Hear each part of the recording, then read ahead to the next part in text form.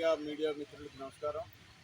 ఈరోజు ఎస్సీ మోర్చా ఆధ్వర్యంలో మిత్రుడు కృష్ణ నాయకత్వంలో ఎస్సీ మోర్చా సిటీ నాయకత్వం, జిల్లా నాయకత్వం, భారతీయ జనతా పార్టీ జిల్లా రాష్ట్ర నాయకులందరూ కూడా ఈ కార్యక్రమంలో పాల్గొని ఈరోజు రాజ్యాంగ దినోత్సవం సందర్భంగా చాలా ఘనంగా కాకినాడలో ఈ గురుకుల పాఠశాలలో ఉన్నటువంటి యొక్క రాజ్యాంగ నిర్మాత డాక్టర్ బిఆర్ అంబేద్కర్ గారి యొక్క విగ్రహం దగ్గర ఘనంగా నివాళులర్పించి ఈ యొక్క రాజ్యాంగం డే సందర్భంగా మనందరం కూడా కార్యక్రమం నిర్వహించుకుంటున్నాం.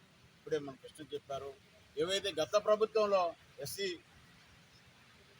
సోదరులకు కానీ ఎస్టీ సోదరులకు కానీ 26 పథకాలు ఆఫ్ చేసినటువంటి పథకాలు మళ్ళీ ఈరోజు స్టార్ట్ అవ్వడం అనేది చాలా శుభ పరిణామం. అందరూ కూడా అభివృద్ధి వైపు, సంక్షేమం వైపు ముందుకు వెళ్ళాలని చెప్పి కోరుకుంటూ ఈరోజు ఒక్క విషయాన్ని సందర్భంగా నేను గుర్తు చేస్తున్నాను.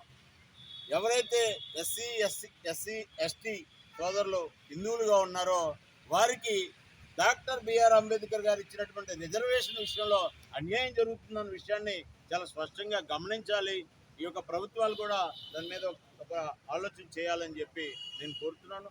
ఇవాళ డాక్టర్ బిఆర్ అంబేద్కర్ గారు ఇచ్చిన రాజ్యాంగం ఏ ఒక్క కులానికో, ఏ ఒక్క మతానికో, ఒక వర్గానికే కాదు, భారతదేశంలో ఉండేటటువంటి ప్రతి భారతీయుడికి ఈ యొక్క రిజర్వేషన్ల ప్రక్రియ కానీ, మన ప్రభుత్వం నడిచే విధానం కానీ, మన జీవన విధానానికి కానీ, సనాతన ధర్మానికి కూడా ముడిపడి ఉన్నటువంటి రాజ్యాంగాన్ని ఇచ్చిన మహానుభావుడు డాక్టర్ బిఆర్ అంబేద్కర్ గారు. అదేవిధంగా మనం మరొక అంబేద్కర్ గారితో పాటు గుర్తుంచుకోవాల్సినటువంటి పూలే.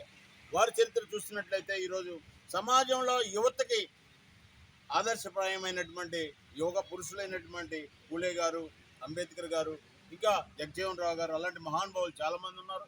భారతీయ జనతా పార్టీ నాయకత్వం, ప్రధానంగా నరేంద్ర మోడీ గారు ప్రధాని అయ్యాక ఈ యొక్క బిఆర్ అంబేద్కర్ యొక్క వారసత్వం, వారి యొక్క ఆలోచన పటిమను తీసుకొని భారత ప్రభుత్వాన్ని నడుపుతున్నటువంటి సందర్భంగా ప్రతి ఒక్కరు కూడా ఈరోజు మన భారతదేశంలో మనం అందరం కూడా అంబేద్కర్ యొక్క ఆశయ సాధనని ప్రజల్లో తీసుకెళ్ళాలి. వారి యొక్క చట్టాలని మనం చదవాలి. ఆ విధంగా చదవకుండా ఇవాళ ఎవరైతే చాలామంది అంబేద్కర్ వారసులని చెప్పుకుంటూ పెద్ద పెద్ద ప్రసంగాలు చేస్తూ అంబేద్కర్ యొక్క ఆలోచనని పాటించుకోకుండా సమాజంలో చీడపురుగుల్లా ఉన్నారు.